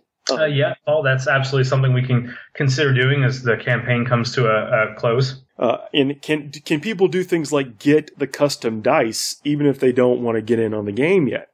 Okay, so that's something that is fairly important. The one thing I will stress is that there's an FAQ feature on the Kickstarter that answers a lot of the, go figure, frequently asked questions. So that's the best place to start with getting information. But for example, the way that our campaigns function is that all of our optional buys, you do need a base pledge to pick those up. So, we don't want people getting ideas that they can go into the campaign and just not get the game and buy custom dice and a bunch of terrain and whatnot. Any optional buys, you're going to need a base pledge for that. And that's cool, though, because these are things that, hey, you've chosen to back us. These are some things we're throwing in almost as a reward, a privilege, because you're already a backer. Right. And the other thing to remember is that the whole point of Kickstarter is to make this thing a reality. So you're coming in there to support the creation of a Song of Ice and Fire miniature game. If you're coming in there just like, oh, I just want to buy a bunch of dice, you're coming in there with the wrong, spirit of reason to actually come in and back us. Well, fair. People are going to have their reasons to want one way or the other. I just wanted to know if it was an option, but having it being in the FAQ is definitely something that people should investigate. And there's a minimum pledge of $10, and that doesn't come with any rewards. And then there's the Hand of the King package, which it's like a base $150, I think, but you get the box game with a ton of miniatures, a ton of movement boards, dice, all the things you were talking about, scenario cards, character cards. I think what is there? Something that tracks your victory, your path to victory on? So what you're getting in that base pledge is 103 pre-assembled miniatures, which is enough to play a full army on the Stark and Lannister side, with options to customize things out. You are getting, obviously our rule book that has our 5 different game modes in there, but you're getting the ancillary items that go with those game modes, such as decks of secret objectives, decks of cards. You're getting all the unit cards. You're getting movement trays for 8 different units. 9 different units, because Grey Wind, for example, he is on his own independent tray. You're getting your dice. You're getting your measuring sticks. You're getting everything that you need to play the game, on top of the 103 pre-assembled miniatures that you're getting in there as well. And that's not even considering the stretch goals that we unlocked during the campaign, which I believe currently we're up to something like 26 bonus figures, I believe, which are spread across different exclusive sculpts to the campaign, different commanders, and a new unit with... Oh, that's something else I want to talk about, Paul. For anyone that is familiar with our campaigns and also not familiar with our campaigns, so a lot of your rewards for backing this campaign are going to be early access to things that will eventually see retail, but you're going to get them a lot sooner than other people. And in addition to that, we have Kickstarter exclusive sculpts of both the heroes, some attachments, and some other key pieces. So one of the important things that we want to do for this campaign, and it is a departure from our standard campaigns. Usually in our campaigns, we do offer a lot of exclusives that we only offer during the campaign as stretch goals, and they never see retail, because we want to reward our backers for giving us the support, sometimes a year in advance for our games. But unfortunately, with this type of game, because we want that strong retail presence, because we want tournaments, we cannot have exclusive content that people can only get here, that they can't get later, that affects gameplay. And that was a very important and very adamant fact for when we were setting this campaign up. So unlike a lot of our previous campaigns, where you will have exclusive content that you'll never see again, here, it's going to be mainly a lot of exclusive sculpts, exclusive upgrades, and just kind of like I don't want to use the word, it's like swag, but a lot of cool just like swag going like, hey man, I was there, at the start. I was one of the original founders. I'm getting all this exclusive stuff here, to show that I did that. A unique pose becomes a rare guy, even if it's an otherwise common unit or something that everyone else has. Exactly. Like, for example, in the starter box, we have, like I said before, those generic attachments. There's two of them per side in the starter box. You're getting unique sculpts of both of those guys who will not be available again. You're getting unique sculpts of some of the characters that, again, will never be available outside the Kickstarter. So we have the Mountain. His standard version is him in his full plate of armor holding his giant sword and everything. And then we have a Kickstarter exclusive version of him, which is the same exact rules, same exact model, and everything is the one that you're getting in the starter box. But it's an exclusive sculpt of him outside of his armor, just kind of standing there looking all, I'm not going to say stoic because it's the Mountain, but looking very intimidating without his helmet and everything. Just kind of being like, hey, I can kill that guy. I like that. I really like everything you're saying, and I know I've already seen people that are either been out of the miniature war game racket for a long time or had nothing to do with it ever, talking about there's been a lot of chatter, a lot of buzz about this on social media, and I think it's already a successful campaign, but I think it's going to be an incredibly successful campaign. Yep. Well, we really hope it is, but the important thing here for us is that we're setting up a foundation for an even grander future. That's the most important thing for us here. is we want to just build a solid, strong foundation to support the game for years to come. I like that. Hey, competitive play and supported competitive play is people clamor to that. People enjoy that. It's a way to kill a weekend, right? It's a way to kill. It's prepping for it. You live in the fantasy and get to go and spend a weekend playing 3 or 4 games in one day, and that's sometimes people don't get to play that in a month. Yep. I mean, you remember, Paul, back in the old days when we were in some of those team events and whatnot, playing in those. And yeah, it's just, again, you're creating events for people, you're making memories for people, and definitely supporting not only just tournament organized play, but standard, organized play, can't necessarily campaigns, but in-store leagues and things like that, which we are fully dedicated to supporting them as well. So, we might have an organized play kit that a store can get, and for playing in that, you're going to get some cool little swag that you're not going to see elsewhere. And this is in addition to tournaments and things of that nature. And do you think, and I know your answer, but I want to hear people hear it from you, do you think this game is robust to sustain that? It can translate into those different environments and formats. Oh, absolutely. I mean, if we didn't feel that that's what the game could do, then that's a failure on our end. And, we definitely don't set out to make anything a failure. Michael, it's been great talking to you. And again, I do hope I can catch back up with you later on in this campaign or shortly after it ends when you're able to take a breath or so and speak more about this. Oh, yeah, Paul, I would absolutely love that. I mean, we'll have to see if it's during the campaign or shortly after, but we can definitely make that happen. You let me know. It's on Kickstarter.com. You can search for CMON. That's how I found it originally, or A Song of Ice and Fire. And it should take you right to it. It's the one that's heading close to $1 million. That's the one. Yeah, and you can find links to it also on our Facebook page, our CMON Facebook page, or Song of Ice and Fire tabletop miniature game Facebook page as well. Awesome, man. Well, Michael, have a great rest of your night, and we will talk soon. All right, Paul. It was good talking to you again. Forged Narrative is brought to you by Dicehead.com.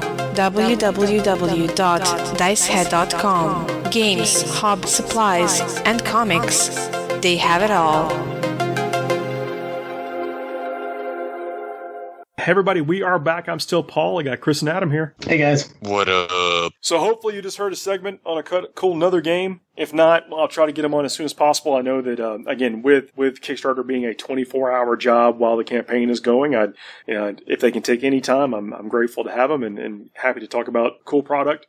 But another cool thing that we've done is back in 6th edition, released a set of missions. Started out as a 3-pack. No, it was a 4-pack of missions that we expanded out to cover different types of games, such as win-loss or battle points, or even I can't remember what the other format was at the time. But it ended up being a mission pack of several different missions that you can pick and choose whatever your tournament format was. You could just pull any rounds you had off out of the packet and use them and run them, and they would work. We made missions for 8th edition, and it's up for download right now. It was in the link on the previous show notes. I'll put them in the link to this show notes, and they're up on forgethenarrative.net on the homepage. You can look for the mission pack and tournament pack at the bottom of the page. And that is done up really nice, where you could basically just print them off and use them at a 3-rounder, and that's what people are doing this weekend. There's a couple of tournaments going on. I want to say around the world, but it sounds pretentious, but it actually is in multiple countries using this tournament pack. Pretty neat, huh? Yeah, I think that's really cool, and I'm very excited that we have updated Forged Narrative missions. Whenever I was doing just a competitive pickup game at the local store, I was always busting those out.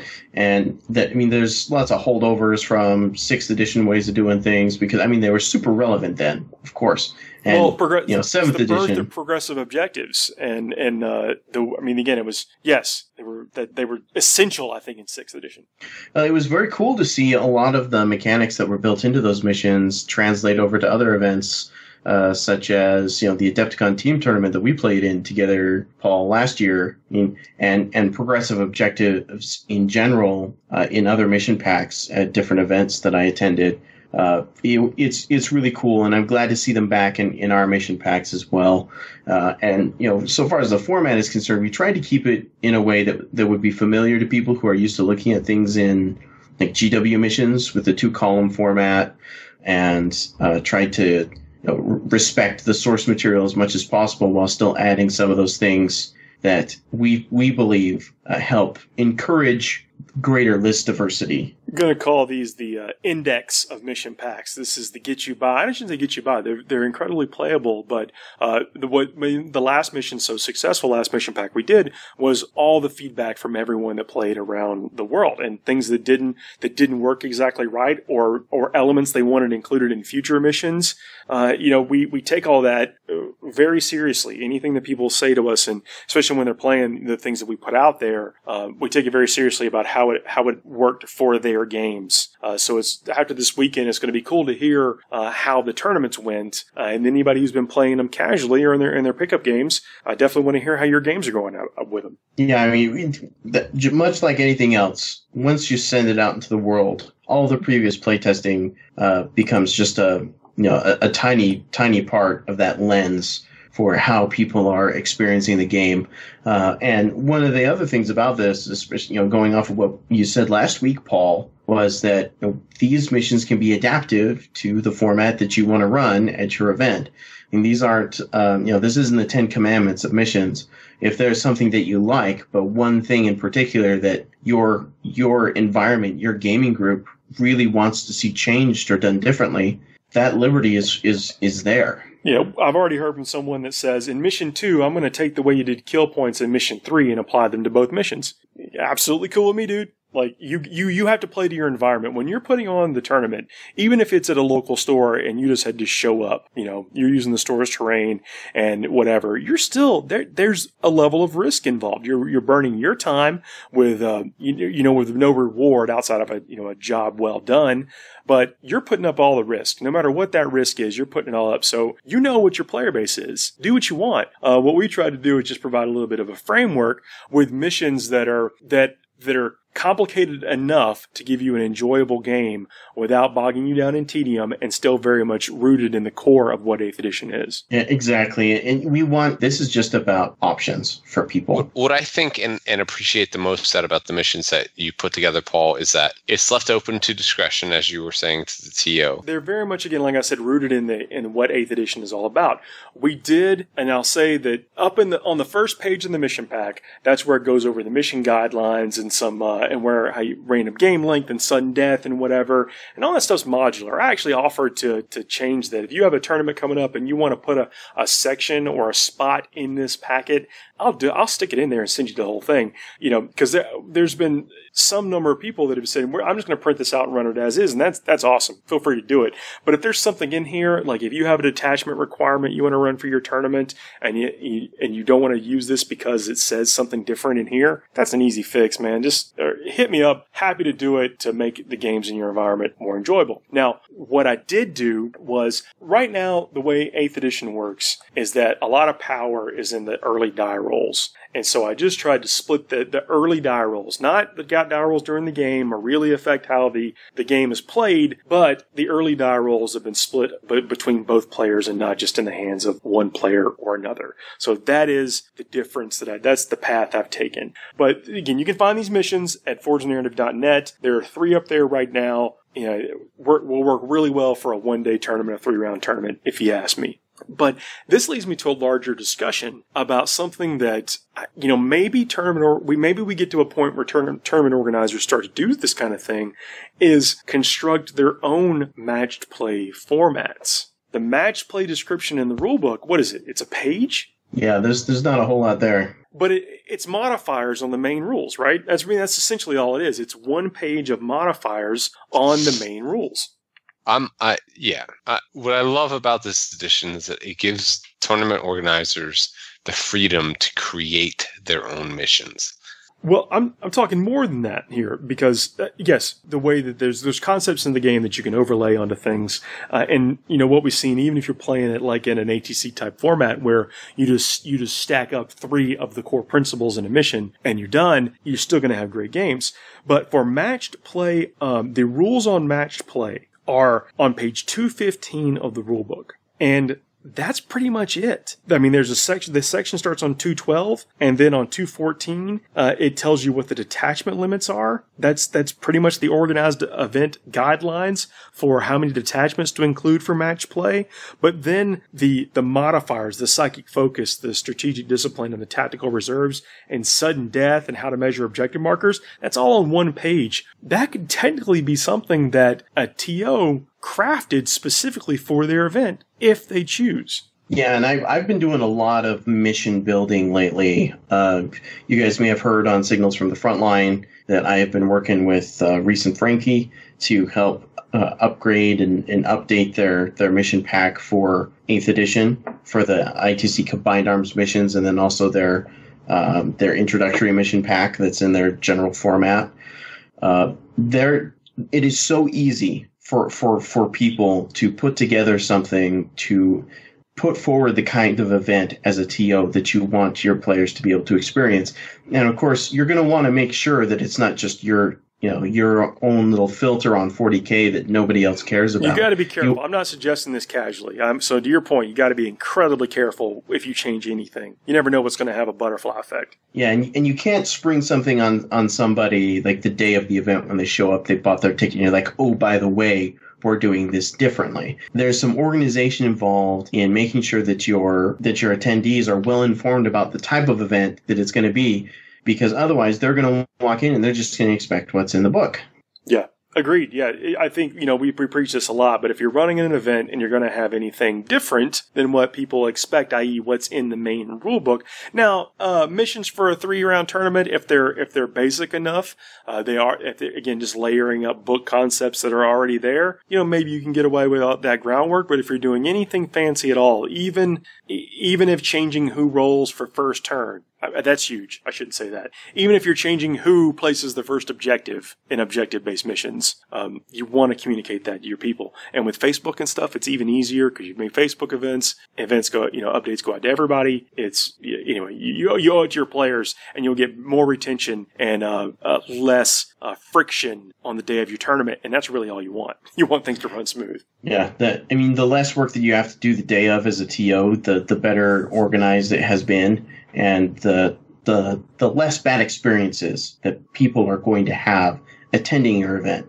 Because really, you want boots on the ground, because boots on the ground means that next year you can get more boots on the ground. Yeah, or next month if you're running weekly store tournaments. I mean, I'm not even talking about major events. I'm talking about just your week in day, one single day events. Yeah, the principles I think are very comparable. Yeah. So check out the FTN missions. Please play them. Let me know what you think. If there's things you don't like, let me hear that too, because that's how we make better stuff. That was, again, one of the reasons that the last pack was so successful and so widely used, is because of the feedback, including the good stuff like, hey man, I had a great time, these are cool, whatever. But suggested tweaks, things that didn't work so well in your environment, things don't even play the same on the West Coast here as it does the East Coast. I don't expect it to play the same in London as it does, somewhere in Africa. I don't expect that to be Melbourne, Australia. Play them, check them out. Let's go to the finishing moves. We've skipped the finishing moves because we've been so into 8th edition and just haven't had time for it. Even this show is going to be long, but we skipped a week, so let's just do two-hour shows. Or hour and a half, whatever this ends up being, for skipping that 1 week in penance. I apologize, everyone. Indeed. Finishing move this week is going to be about the Rainbow Warriors head stripe. Now, I'm also going to say that you can apply this to any head stripes, like that cool Ultramarines Primaris Lieutenant stripe, the red and white one. You could probably do this in a similar way. But I'm helping to put together some Marines and paint Marines for a charity project. You can find details on this on Twitter. You can find me at Warmaster_TPM, but the hashtag for the project is hashtag Rainbow Warriors Project, and it's a bunch of painters, which, I'm not a painter. I'm not going to call myself in the same league as some of these painters, but I could use some of my time for charity, and so that's what I wanted to do. It's even got me thinking about doing something else with us at FTN after this project is complete and everyone's gotten their figures and whatever. But I'm doing a 10-man tactical squad of Rainbow Warriors. And the colors, you can find the colors online, but what they have is a rainbow stripe. Now, it's not like a true rainbow of all the colors.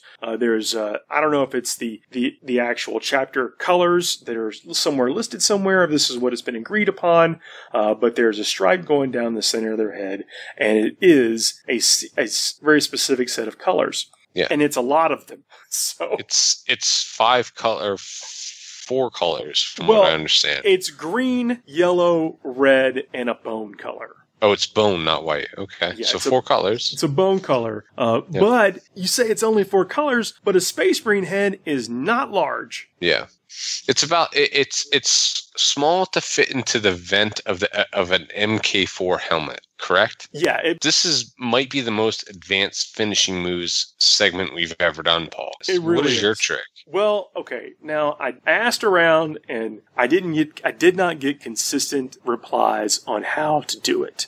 So what I did was I got a GW base paint. Because I've already painted the model. The model is base coated in Cantor blue. It has a top coat of Calidor Sky, which, by the way, Calidor Sky is the same color that I use Enchanted Blue. Which Calidor Sky is incredibly similar to Enchanted Blue. That's the color I use for Ultramarines because I prefer the color.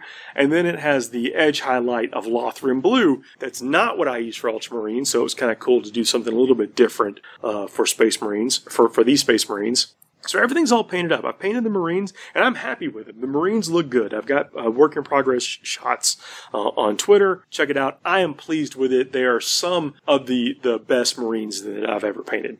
But Marines have like a checklist. We should probably do a segment on things a lot of people miss on Marines. Oh yeah, that would be a great episode. Let's do that in the next coming weeks, Paul. But go on, tell us about your rainbow. Got the Marine painted. So then, where I'm going with that though, you're looking at a fully painted, nice looking figure, and now you've got to do something that could potentially screw it up. And I thought that is exactly what finishing moves is all about.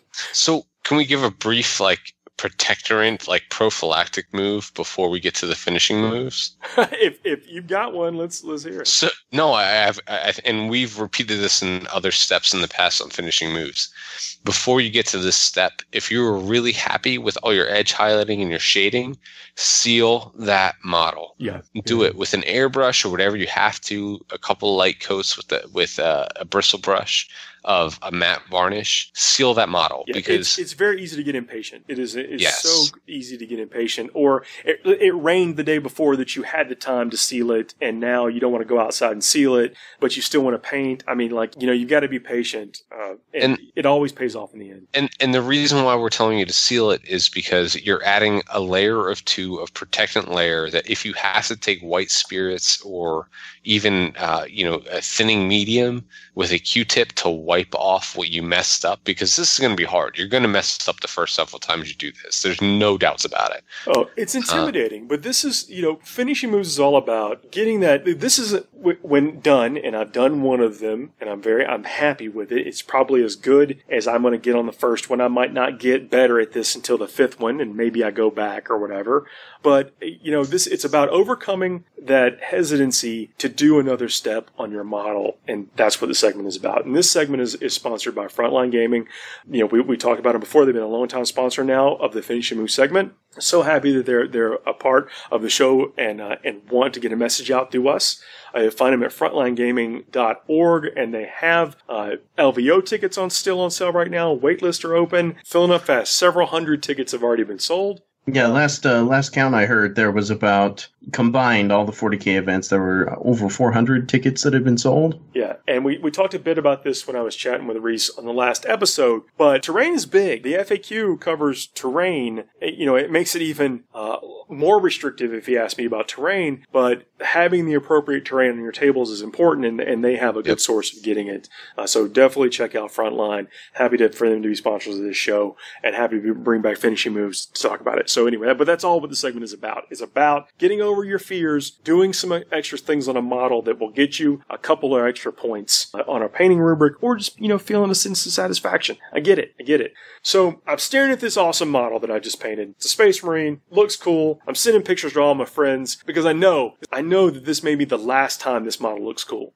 So that's what I'm doing in my head. It's like I'm sending out pictures like, hey man, hey guys, I did a cool model. you may never see this model again. So, Paul, I admire that you're taking this on. I would love to do it, and it kind of makes me want to paint one right now to put into actuality what I'm going to recommend. But I want to hear what your steps are to doing it first.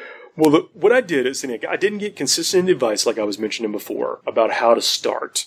Some people said, lay down the outside colors first in a block and then paint in the others. But the outside color is dark green. It's a green color. And I didn't want to put a big block of green color in there to then be having to go over it with a yellow and a red and a bone, because it would take a lot of coats to get a strong color. It was, and I don't want to be having to go and paint 17,000 straight lines on the top of a Space Marine's head. What I did was I used the Rock Art Flesh. It's a base paint. That has, and that gave me a solid coat, a solid color of what is going to be the base coat for the center line. Yeah, I find the GW base paints are the best. Like, I haven't used another type of paint that gets that solid color on better. Well, what I was talking experience. about, it's a heavy pigment paint. And I use some of the Vallejo stuff too. Like a heavy charcoal, I think, is probably the best paint for tires. That you're ever gonna, I'm talking about, it looks like a tire out in the parking lot right now. That's what heavy charcoal is. And it's a heavy pigment paint, less coats, works perfect. What I chose in this was Rackar Flesh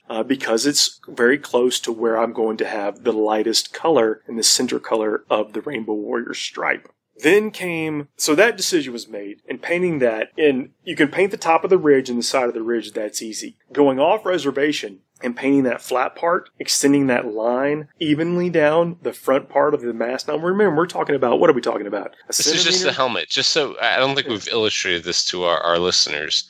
This rainbow stripe is just down the front of the helmet. Yes.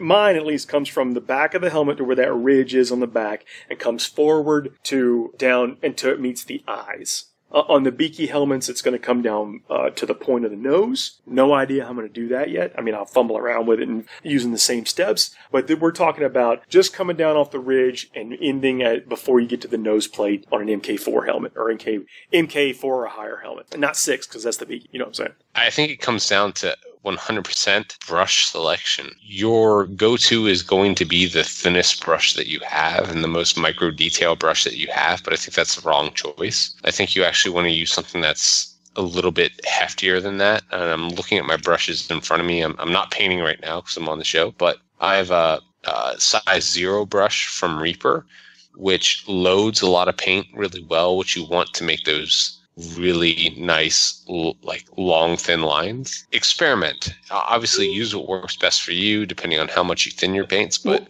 I think brush selection matters more than that's ultimately where we're going with this. You want to minimize the number of brush strokes you have to make because you are going to, the crispness of the lines is important and the strength of the color is important. So with those two things in mind, that's why I came about the way that I did it. I want to have strong colors with minimizing what my brush strokes were.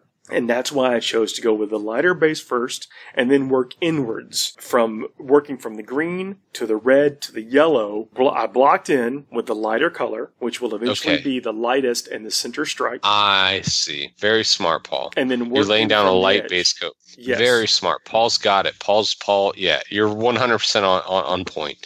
Yeah, lay down that bone base paint so that you can put everything else on top of it. Paul, genius. But with the goal of just knowing that let's just say I got the perfect line, all right, which I didn't, by the way, but let's just pretend in Fantasyland that I got the perfect line. I'm not going to get the perfect line every time. I'm not. The people will, but I'm not. And this Finish Your Move segment is about, again, taking you to getting you confident to try something that you weren't going to try before. And believe me, right. I've never even put a single stripe on a single Space Marine helmet. And here I am putting 6 on this Marine that I'm not even keeping. I've got to send out and hopefully people want to purchase for a charity. It's a lot of pressure.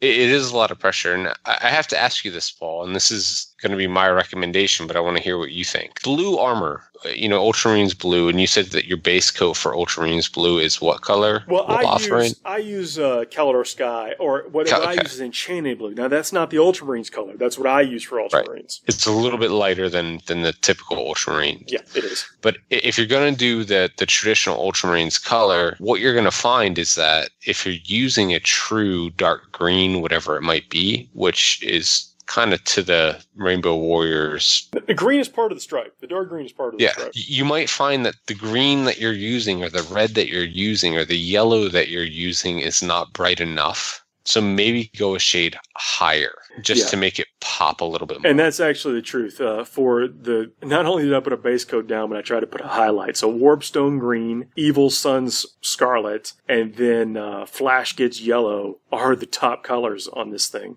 So but it looks good. But the idea, so you can find. I'm going to post a picture up on Twitter. You can find it there for the work in progress. The idea here is that setting yourself up for success with the idea of minimizing the brush strokes. So were I doing another stripe, and this is where we can talk about just how to do a stripe in general, is I started with the lightest color first. Now, Adam, you made a recommendation earlier to start with the darkest color, but I think it's all situational. Yeah, I think there's a lot to consider, especially anyone who's familiar with like advanced like zenithal lighting techniques and things. The color that you put underneath the color you're putting on top will affect the way that looks when light reflects off it, because it reflects through the paint coat off of the one underneath. That's part of the reason that skin is so hard. Yeah, it's all going to be, I think, a matter of how strong your pigments are. Yeah, so but that's why I wanted to put that thick, I shouldn't say thick, that high pigment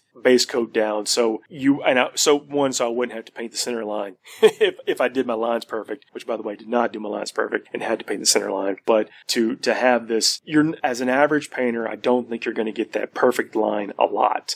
So what I did was, again, try to set myself up for success. And using the guidelines of the helmet, that's why I said I'm kind of intimidated to do the beaky helmet, because it doesn't have those guidelines of the vent there that's on the top. And so, there's more room for error there. I've really got to plan out how I'm going to do it. But I think that one of the benefits of having that lighter color be my base is that I can more easily touch it up with the blues or whatever the color of whatever armor of whatever marine you're painting or thing you're painting a little bit easier than I would if I was going with one of the darker colors. Yeah, it's tough. And it's tough to think about, and it's such a small space to work with. Yeah, we're talking about the head of a marine here. So, Paul, you and I were actually on the same page. When you base with the Rakarth flesh or whatever it was, that bone color, what that does is that when you lay down the green on top of that next to the blue, is it makes that green pop more. You're going to have to lay down so many layers of green, and this is going back to what you're saying, as few brush strokes as possible. It's going to make that green pop more, and it's also going to make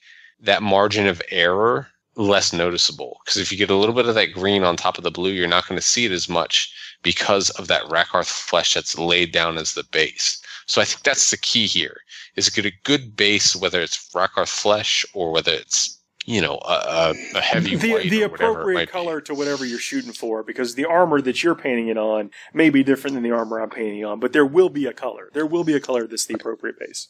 And this works for any kind of stripes that you're trying to accomplish, and let alone it being 5 different colors or 6 different colors like we're talking about right now. If you have a veteran helmet that's white and you're trying to put a red stripe down the center of it or whatever it might be, lay down a solid base coat first. And and then work up the colors from there. So if you're working on a blue helmet and you want to have a red stripe on there, put down that Rakarth flesh, like Paul was saying, or white or whatever it might be, and then work up your reds or your yellows or whatever you're trying to go for. The Space Marine Lieutenant. Now, honestly, this is one of the things we talk about, squad markings, and that's on many of the paint rubrics out there around the world is squad markings. The Space Marine Lieutenant, we were kind of referencing as an aside thing, has a big red stripe flanked by 2 white stripes. So in that situation, I'd paint the white first and then try to make the red look good. 100%. That's what I would do.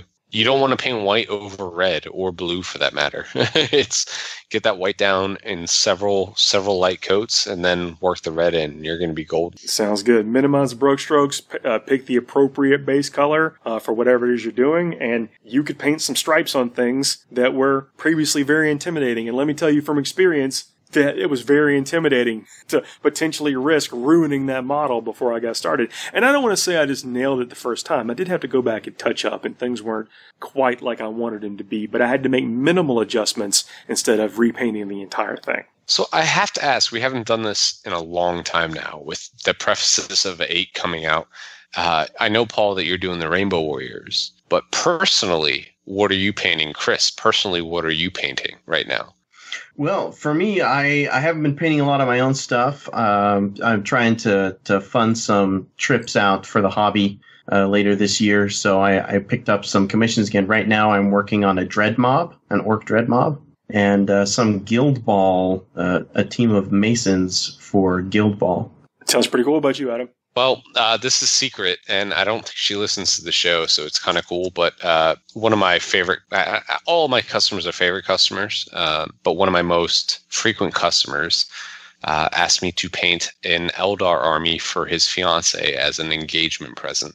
So I'm working on a Breezial. It's the turquoise colored Eldar army that may be bluish, but I'm doing them in more of a jade green for him. And other than that, I just finished a Cypher model, which is one of the best models to lay paint on. It's so much fun to paint, and so much character in that model. It's a great model. I mean, like Games Workshop with their new sculpts, they're just nailing it. I finally got to lay paint on their Primaris Marines today, and it's that they are so much easier to paint than the former Space Marines. So I could understand why they're introducing these new sculpts for their franchise player, because you're going to be able to get some really quality painted armies with very little technique involved. That was one of the goals. The design goals was making it awesome to paint, lending itself to being painted better. And it's just that slight scale change that makes them easier.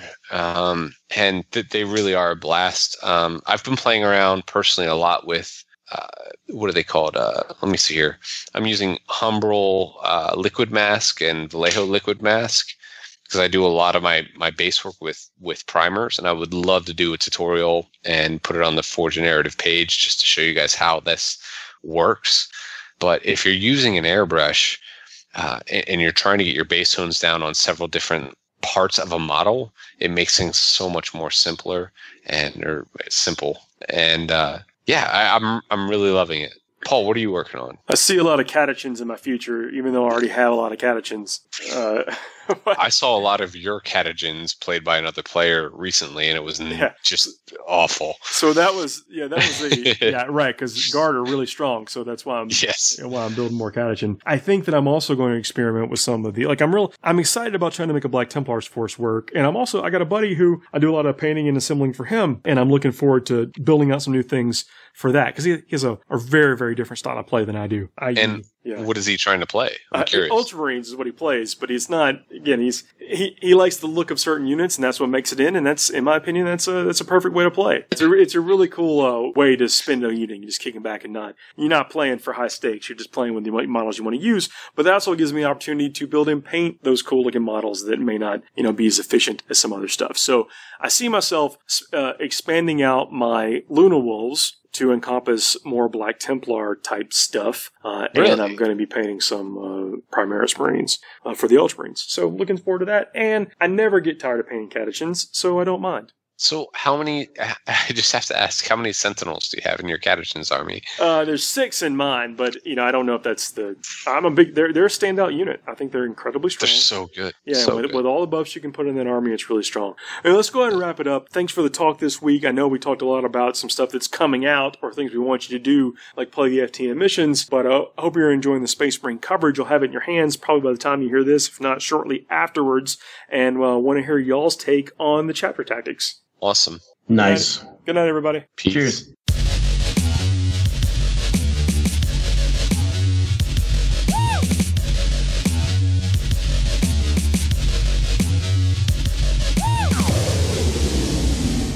I'd rather kiss a Wookiee.